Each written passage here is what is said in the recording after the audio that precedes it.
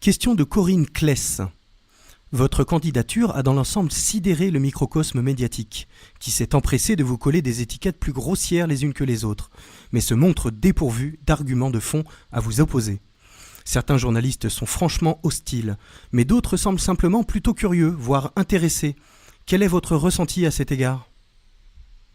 C'est une question à laquelle j'ai déjà répondu préalablement, finalement, dans mon préambule.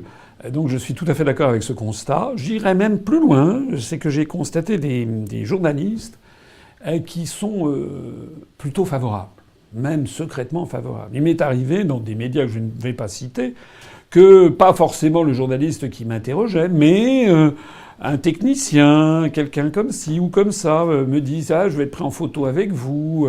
Et puis certains m'ont fait un clin d'œil en disant « Allez, bonne campagne ». Ou tel technicien qui explique à d'autres techniciens, parce que comme je ne vais pas seul dans ces médias, je suis accompagné soit par Rémi Renaud, soit par Thibault Longeon, soit par Adrien Riondet, soit par Karim Serran, etc.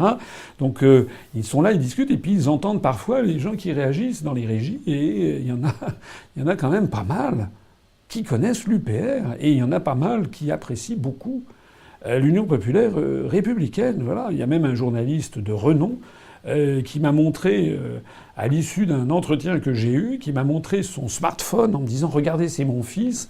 Et son fils, qui, paraît-il, ne jure que par l'UPR et par moi, lui avait envoyé « Bravo papa », sous-entendu d'avoir invité Asselineau, et il continuait son SMS en disant « Je sais maintenant pour qui je vais voter ». Voilà. Donc tout ça est de bonne aloi. Oui, je suis d'accord. Il y a quand même de plus en plus de journalistes, parce qu'il faut pas trop taper sur les journalistes. En fait, le problème des journalistes, je l'ai déjà expliqué, c'est qu'il y en a quand même beaucoup qui veulent faire leur métier correctement, même bien, et que parfois ils n'ont pas tout à fait les coups des franches. C'est le moins que l'on puisse dire. Mais encore une fois, je pense, vous savez, que le courage finit par servir d'exemple. On a une classe politique qui est complètement à bout de souffle, qui s'est perdue en fait, qui s'est égarée dans des médiocrités invraisemblables, Voilà, il y a besoin de se redresser, comme disait De Gaulle, de redonner à la France sa grandeur, de redonner à la fonction politique sa noblesse, et puis de faire preuve d'un peu de courage et d'aller au fond des choses, comme je l'ai dit tout à l'heure devant les maires. Il faut aller au fond des choses et puis mettre sur la table les problèmes de la France.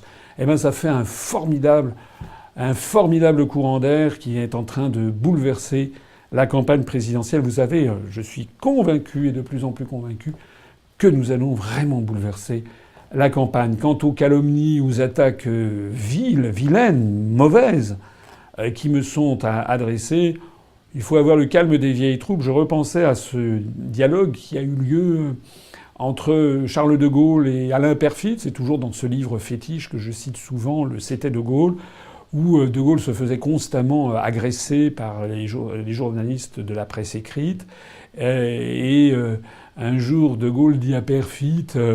je crois que c'était peut-être lorsqu'il avait refusé l'entrée du Royaume-Uni dans le marché commun ou quelque chose comme ça. Et De Gaulle dit à Peyrefitte « Eh bien, je vois que toute la presse me tombe dessus, tout le monde me critique. C'est bien, c'est la preuve que nous sommes dans la bonne direction. » Voilà.